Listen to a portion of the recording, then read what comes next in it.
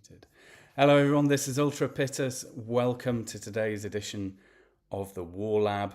Today is going to be all things gears, but before I start, I just want to show you this. So in the link in the sort of video info section, you'll find a link to VoiceMod.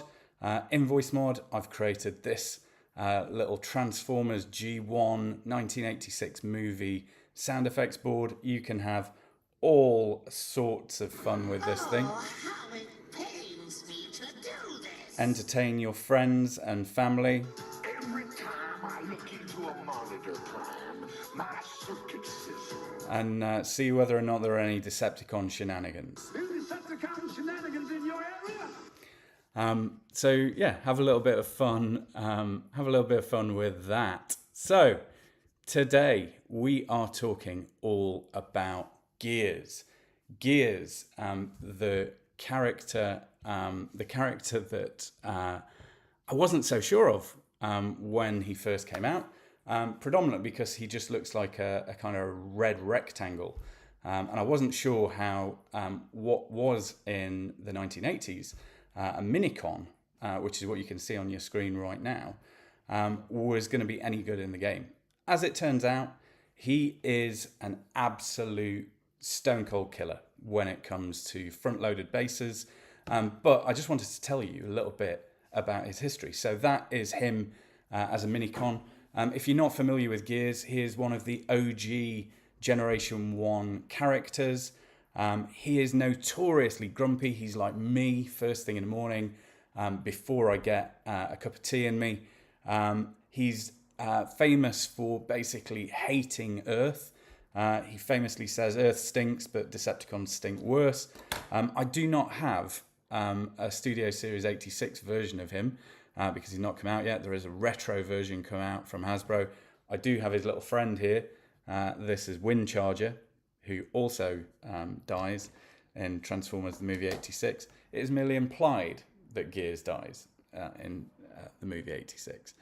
Don't come at me, historians. There's also some rather cool links in the show info around Chris McFeely's work. Chris McFeely is kind of a Transformers historian. You can find him on YouTube and you can look up the Minicon episode on my bio, which is going to go into all sorts of detail on Gears.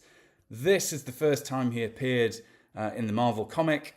You can see he's tiny, he's rectangular.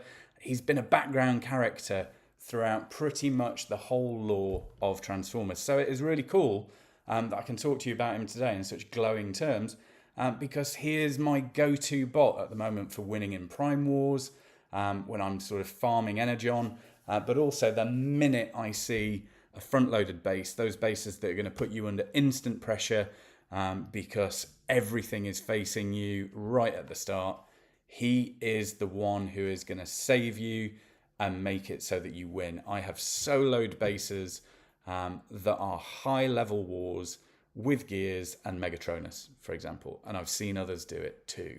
So if you are wondering, do I get Gears or is Decepticon equivalent Quake? If you haven't got him already, I would get on the Gears pursuit. I would start tracking him down, start collecting the crystals or spending the crystals to get him, because you will not look back. Get his ability up to level 11, get him maxed out, get those ranks on him. Believe me, you'll thank me. So, what else did he look like? So he was friends with Spider-Man for a while. His special ability in the comics is like a huge magnetic propulsion system that basically allows him to fly. As you can see, he wasn't the most attractive looking of vehicles in the G1 comics. I'm not even sure they got his headlights in the right place, which is just extraordinary, isn't it? This, spoiler alert, is the moment at which Starscream kills him in the original Marvel comics. Not only does he kill him, but Hoist, Blue Streak, Mirage, Brawl, and you can see at the bottom right-hand corner, poor old Gears barely gets in on the margin of his own death in the original Marvel comics. Sort of sad times for Gears. You may not know, but he and Bumblebee have a special ability that sadly you can't use in the game. But you can see this kind of weird circus act that they once pulled off in one of the G1 episodes. Gears had at least one, I think, spotlight episode in which Megatron essentially was able to pull out all of the software in Gears' head that made him quite so grumpy and turned him into a really nice guy. Ironhide was particularly upset by this and demanded that he turn back into a grumpy old bastard. And finally, this is the IDW continuity. If you've not picked up the IDW Transformers comics, please do. They're an absolute joy. And if you're wondering where Gears is, here's the bottom right-hand corner on that favourite margin again. And you can see he's quite stylish in the IDW continuity. Finally, here he is with his old pal Wheeljack, floating through space and basically gobbing off and being me first thing in the morning. Now, that is quite enough of the Gears business. Let's get into it. Let's get using him. Let's have a look where we are. So, Gears. Let's do this. I just need a drink. Oh, I forgot. I appreciate we have quite an international audience for Transformers Earth Wars. I thought you might be fascinated to know that he's not called Gears everywhere. And I want you to all forgive my pronunciation as we go forward on this. But yeah, here we go. So in Chinese, or Mandarin rather, he is Bian Su Xing, which means transmission. In Japanese, his name is Jinzu. In French, his name is Rollo. In Hungarian, Favaros. Italian, Mulo. Portuguese, Mecano. Brazil, Engrenagem. South America, Pickup. And that's all of the international Gears action for today. So, hope that's useful to you. And hello, international Earth Wars friends. Right, here we go. I am not going to draw on my iPad with this pen. I was just about to stab my iPad with the wrong end of the touchy pen. That's too dangerous. You're not wrong. Right, let's go. So, got a bit of a war reward. Binary bonding elements. Now, not something I require at the moment, but I know there's a lot of you out there who are upgrading combats. Let's have a look at this. So you've got a binary bond. This is £20. So unsure about what that is in dollars at the moment. Binary crystals, what do you get with those? A load of combat spark. That's going to be useful. 100 premium combat chips and 1,000,000 combat spark. So if you're sat on any level 10 combats that you need to bring up to scale, then that's a pretty good bundle to get them over that hurdle. The leap from level 10 to level 11 on combat, as you can see here, is quite significant. So if you look at like my level 11 J's, 23 damage resistance, and if you look at my level 10 fire drive, 32 DPS, if we were to upgrade fire drive, which I'm probably not going to do, to be honest, at least at the moment, that's going to go up 9 points. 9 points in one leap, which is beyond the very low levels of sort of hyperspace speed advancement. That's a pretty good leap. Yeah. So if you want to upgrade some combats, that looks like a good bundle to go for. Right, we are going to use some Gears. We are in a tracked war at the moment against Scorched Omega. Big salute to you guys, Scorched Omega, an amazing team. Let's see if by chance this is a front-loaded base. Because if it is, we're going to be able to use some Gears action. And it is. Wow, okay. What a fascinating base. So all the resources up in the north. So that's just designed to kind of starve me dry of ability points going forward. And then all of this stuff, the Megatronus MDS, everything else tucked away here. So, bit of time spent in reconnaissance. I didn't look at the build bots. Let's just have a look at what we've got. So we've got lots of fire cores, because obviously worried about using rust dust and sunstreaker here, because that concentration just lends itself to being minced up by rust dust.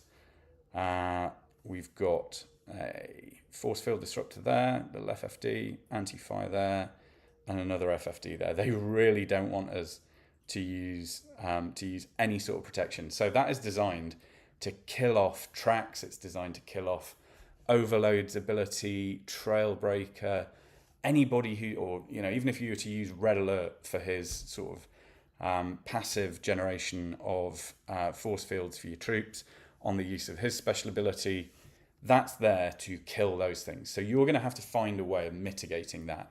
Now, of course, you could drop smokescreen right at the back here and just blat away, but you're going to waste all sorts of ability points on that.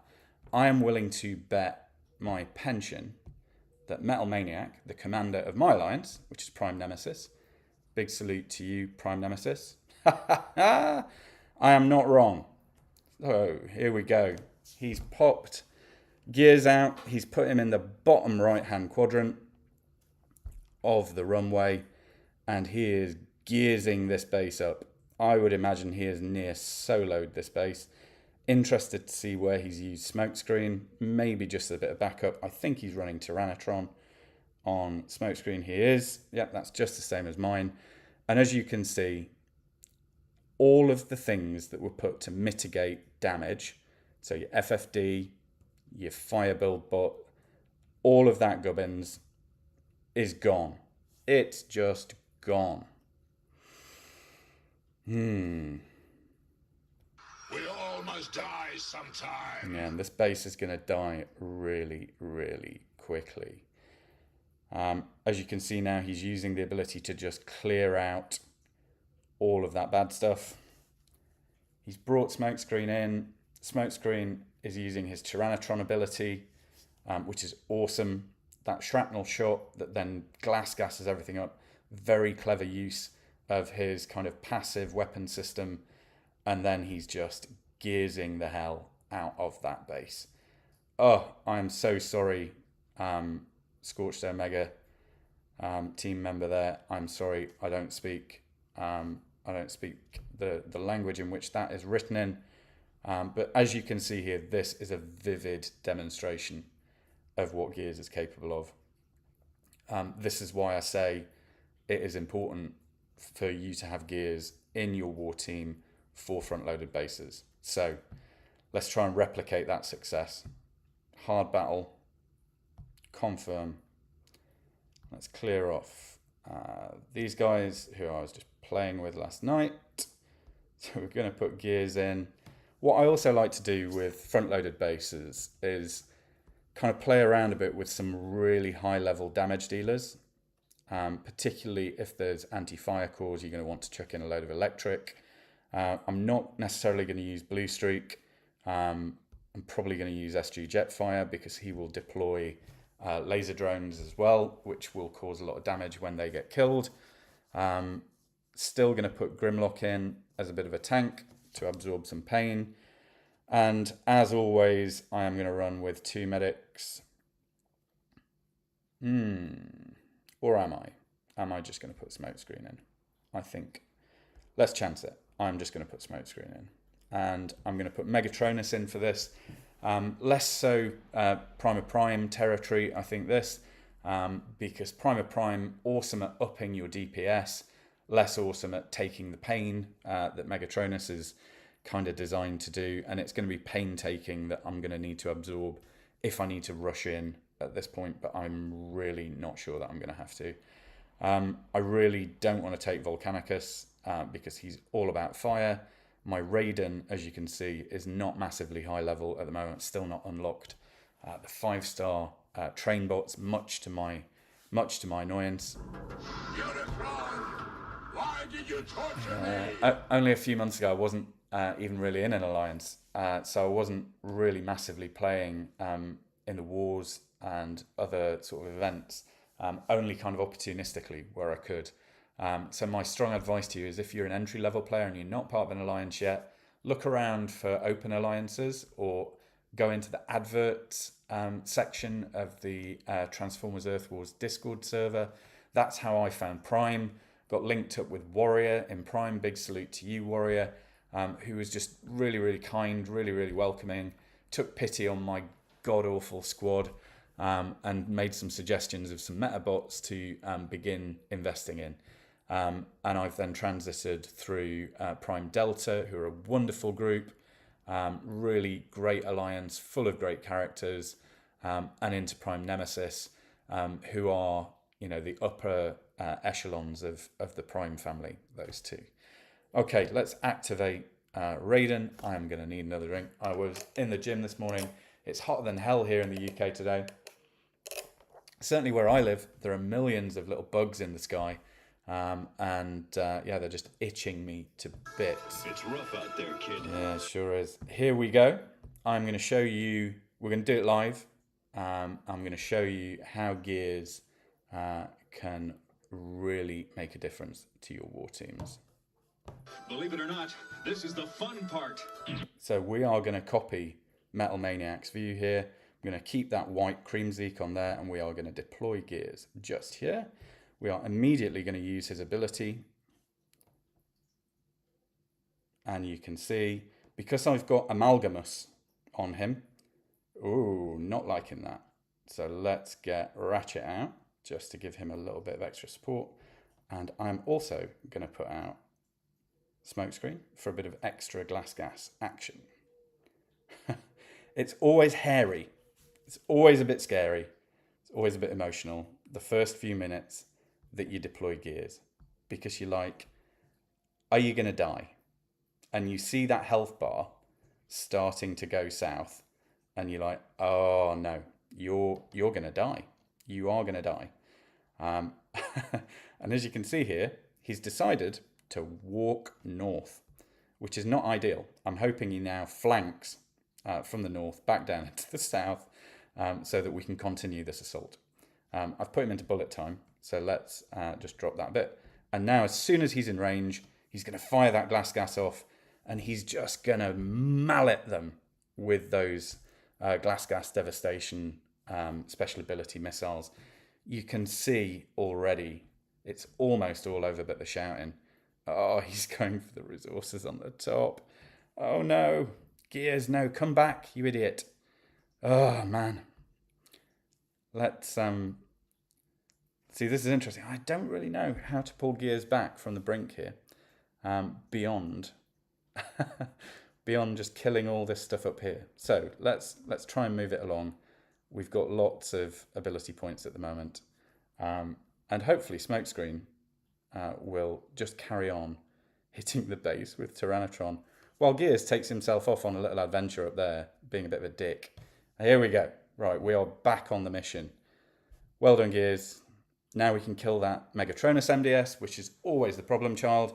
You're going to want to mallet that straight away. And despite Gears going a little bit crazy... Now try to walk. Come on, you can do it.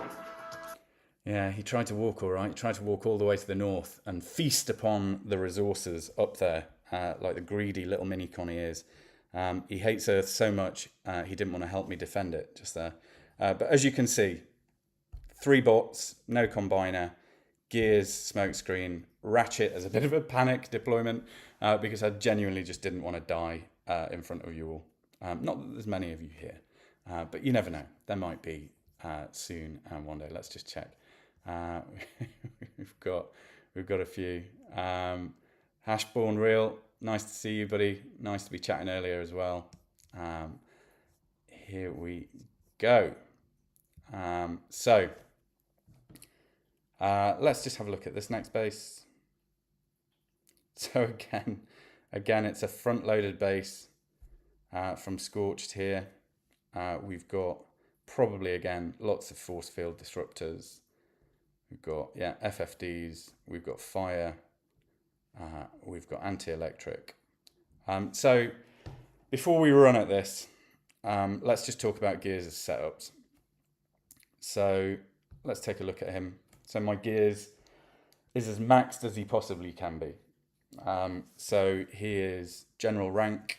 When I realised what his capabilities were, when I learnt from Metal Maniac about just how good he was and some of my previous teammates in Delta, I immediately sort of focused all kind of developmental activity on him because I could see, I was running all these different strategies to try and beat these front-loaded bases, and it was just not working. I was using air raid combos with Blue Streak and Smokescreen, the classic kind of triple takedown, trying to bring in Taz to kind of stun things, and trying some of the more wacky stuff like throwing everybody in and keeping Rodimus Prime back and then hitting his ability for them to try and like radiate out a gajillion DPS as if, he's just kind of picked up the Matrix.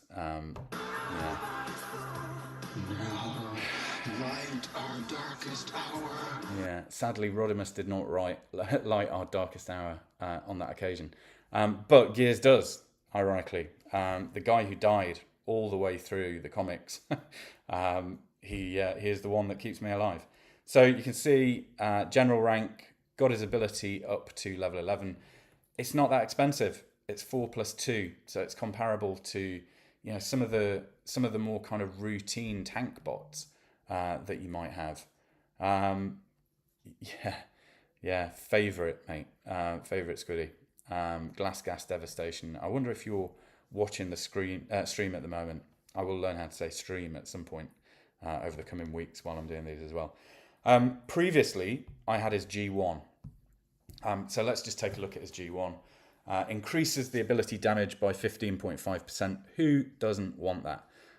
It's always worth checking out the G1 core before you put on Volatile Mixture or Enhanced Ordnance or just the attack G-Metal. Check out their G1 that they've got one, and if they've got it, see whether or not the ability overmatches what you would get by putting those cores that I just mentioned on there. More often than not, it does, and it gives you a little bit of something else. There are others like Ultra Magnus, and I'm trying to think of some of the others where it is just bare bones. But like Ultra Magnus's core probably needs a little bit of an addition to it to make him competitive. Something that I'll certainly bring up in playtest when I sort of get my feet under the table with the crew there. But the Gears G1 core is pretty cool. So 15.5% ability damage and gives you a fire effect. 75% of the bot's damage as fire damage over 7 seconds. So let's check out 75% of his damage. So, you're looking at like 750 DPS there-ish. Don't sort of come at me, mathematicians. As fire damage over 6 seconds. The critical variable you need to think about here, though, everybody, is on front-loaded bases, there's always going to be fire cores because they know they're going to try and get hit by Rust Dust or Smokescreen or another fire-breathing dragon robot or Optimal Optimus or whoever you're going to use for that massive area damage just to get that initial investment, because your bots are like, they're in the trench, they're ready to go, the whistle's about to be blown, the release point's gone, and boom, it's like when you're at Disney World for rope drop at 7:30 in the morning and you're barging past people to get to Tiana's Bayou Adventure or Space Mountain or whatever. Space Mountain, listen to me. Seven Dwarfs Mine Train, probably. Hello, Disney fans. But when I got to Prime Nemesis, I watched Metal Maniac in the way he uses gears, and I was curious to see that he had Amalgamus on him. Amalgamus I had previously had on Rotorstorm. Rotorstorm I'm going to do a whole separate show on because I've just realised that Rotorstorm's ability, if you can get it focused on a single target, on paper, at major, at only a reasonably low level of the 60s, I think he's about a 62, 63, is going to deal something like 33,000 damage. On paper. Is it going to work in real life? Who knows? Or is he just going to spam things you don't want him to spam? But if there is only one thing left, or if you can somehow focus him, that's quite a lot of damage. I am thinking that Rotorstorm and his Miami Vice kind of pink visor, blue swimming suit kind of get up is going to be my new go-to bot, and I can see him potentially rising up in the meta. But I would strongly advise you to put Amalgamus on, because as you saw from my run just then, Gears is quite squishy. So if you've got a missile system that has got target protocol on it, and it starts smashing at you, all those missiles from target protocol, and especially if there's more than one, and you're getting beam lasered, and you're getting mortared, and you've popped an outpost, and you've got incoming, Gears is going to die. He's going to die really, really quick. I fear the wounds are fatal. Yeah, they will be fatal, and you'll end up using your medics just keeping Gears alive, and then they'll be stood there with their proverbials in the wind, like, oh my god, what do I do now? As they're facing metal death, just hitting them as you hastily try and deploy your entire war squad just to save them. Okay, so Amalgamus is going to heal him 1% health every 5 seconds, and it really, really does. And he's in alt mode for quite a while because he's blasting out that glass gas devastation. So it is absolutely worth it. I implore you to try it. Give it a go. You're probably not going to look back. You may want to switch it around if you're playing with Rotorstorm too. Or indeed any of your other bots that are in alt mode forever. Are the Dino bots in alt mode forever? That's a good question. Or is there robot mode they're alt mode? Questions. I equip Glitch onto him. Glitch applies the glass gas, which I love. Big in the meta at the moment. Let's turn everything into glass and smash it. But also you've got that kind of Russian roulette, pull the Las Vegas spinny fruit machine handle as to whether or not he's going to deal the critical strike, which on the balance of Bayesian probabilities, he will probably do at some point as he's blatting away. But more often than not, I'm just keeping him back from all the radiation and metal danger that is going to be flying right at him. And that's why I like Glitch. I appreciate that doesn't give him really too much of a DPS advantage, but he's already a bit of a murderer. He's already doing just over 1,000 normal damage. And that's pretty good. But you could, ladies, gentlemen, others, put Stylor on him, which is going to give him a 25% DPS increase, and it's going to blind enemies, which is going to reduce their attack range for quite a while, 13 seconds. That would work. You could put Top Shot on him, and that's going to be like a fiery dealer of doom for a lot of things, unless there's a fire core, in which case it's as much use as sick in a spacesuit. and about as happy a situation. So there is a bit of a variable there as to whether or not you want to put that on him. I personally put my Top Shot on Skids to pair up the acid fire combo. You could put Trench Foot on him, and that's going to give him an additional 41% DPS, and it's going to give him 2.3% more damage. 2.3 times more damage if the target has already been hit by fire, acid, disable, or speed reduction, which in a melee situation at the beginning of a front-loaded base, it very well could be. And he's going to fire a grenade, which applies a bit of a cryo effect through Trenchfoot. So Trenchfoot could work. Spoil Sport, I think, is perhaps a bit of an underrated combat bot. I'm experimenting with him at the moment. But if you look at that, 348% of the bot's DPS fired out every 5 seconds, bouncing up to 4 targets, minus 10% each target. So the first bounce of that coming from my gears right now is going to be something like 3,400 damage, normal damage from Spoil Sport. So that's not to be sniffed at.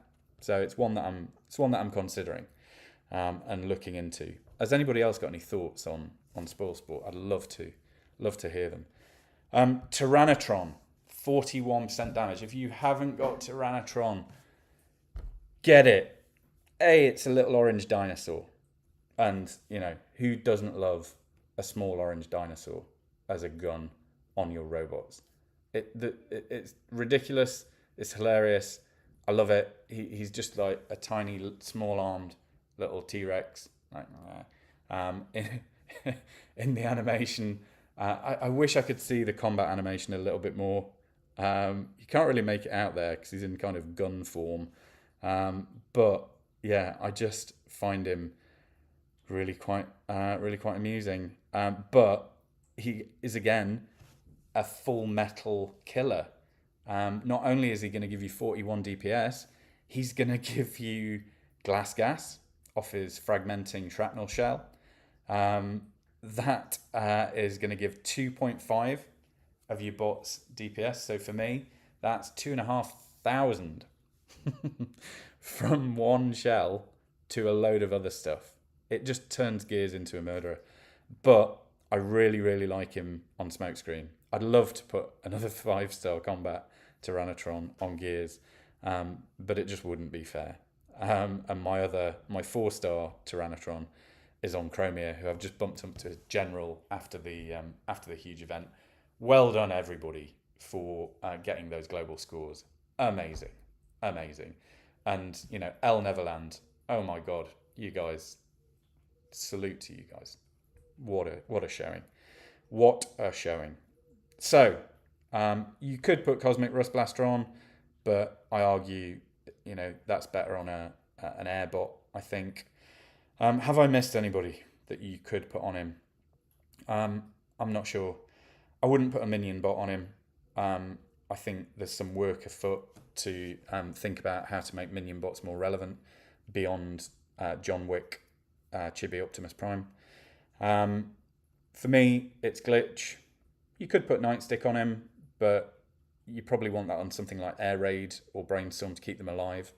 And I won my 300 in a war yesterday purely because Air Raid had Nightstick on him. Air Raid was like my last remaining bot in the radius of the HQ. I had 12 seconds left. It was on the live stream yesterday, and Air Raid pulled it off, and he only pulled it off because he was clinging to life, because Nightstick was like, stay alive, Air Raid, stay alive. So I would put Nightstick on Air Raid or Brainstorm, or whichever airbot bomb kind of ordnance guy you use. So for me, it's Glitch, because it keeps him back, keeps him safe. Right. Well, this has been great fun, everybody. I know there aren't many of you there. I'm hoping to attract a few more people to the stream. I'm hoping to attract a few more people to the Wednesday night show, Such Heroic Nonsense. Such heroic nonsense. Yeah, Such Heroic Nonsense. So, Such Heroic Nonsense this week is going to be the Dead Bot Squad. So, for those of us traumatized by Transformers the movie in 1986, when all of our favourite robots, be they Decepticon or Autobot, were unceremoniously or ceremoniously murdered, destroyed, basically turned into metal coleslaw, or just bled dry on an operating table with Daniel Witwicky crying his little eyes out, I am putting together the Dead Bot Squad. So it's only bots that died in the 1986 movie. I am only allowed to run them at the level I have them at the moment, and I will run as many squads as I can make throughout the starred tiers. And the game is, I am going to try and push them through every zone that there is until they all die. and then next week, having tried to upgrade them a little bit, we'll compare notes. I'm also thinking about challenging CF to a Decepticon version of this to see how the dead Decepticons do. Now, ironically, for a film that is predominantly all about the death of Optimus Prime and the rebirth of Hot Rod into Rodimus Prime, sorry, spoilers if any of you haven't seen it, it is ironic that there are a lot more dead Decepticons in the film. So CF, if he takes me up on the offer, is going to have a lot more cons to choose from. I'm also going to put a con squad together. I don't play cons, so all of my cons are comedically comedically low scoring. We all must die sometime. And they will die very quickly on like level 1 bases. Seriously, if there is just a HQ and a bloke with a spanner, my Decepticons will die.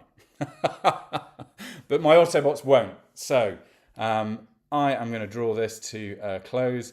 Please come along to the Ultra Pittus presents the Dead Bots on Such Heroic Nonsense, which will be live on Wednesday night from around 6 o'clock with a bit of a run-in so that I can make sure all the sounds are working. It would be great to see you all there. It's a joy doing these videos and sharing a bit of War Lab play with you, a bit of chat with you. I'm really enjoying interacting with the community. I am honoured to have been asked to join the Prime family. We do have some vacancies at the moment, so if you're interested, get in touch with me, get in touch with Prime directly, and show us what you've got. We will try and put you into the right alliance so that we can help you grow, build you up, and so that we can give some of the top alliances some really good sport and some really good gaming. Right, ladies and gents, this has been a joy. I'm Ultra Pittus, and this is me signing out. Thanks, everyone. Such heroic nonsense.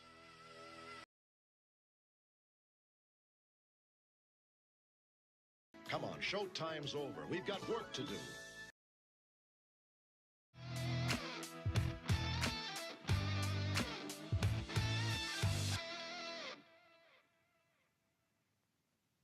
I got better things to do tonight than die.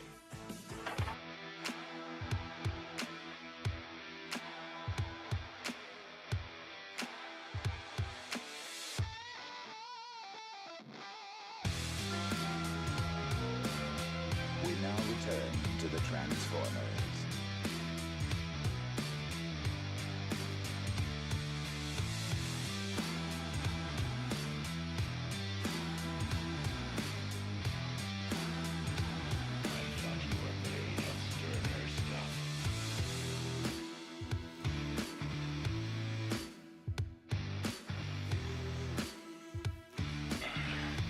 I would have waited an eternity for this.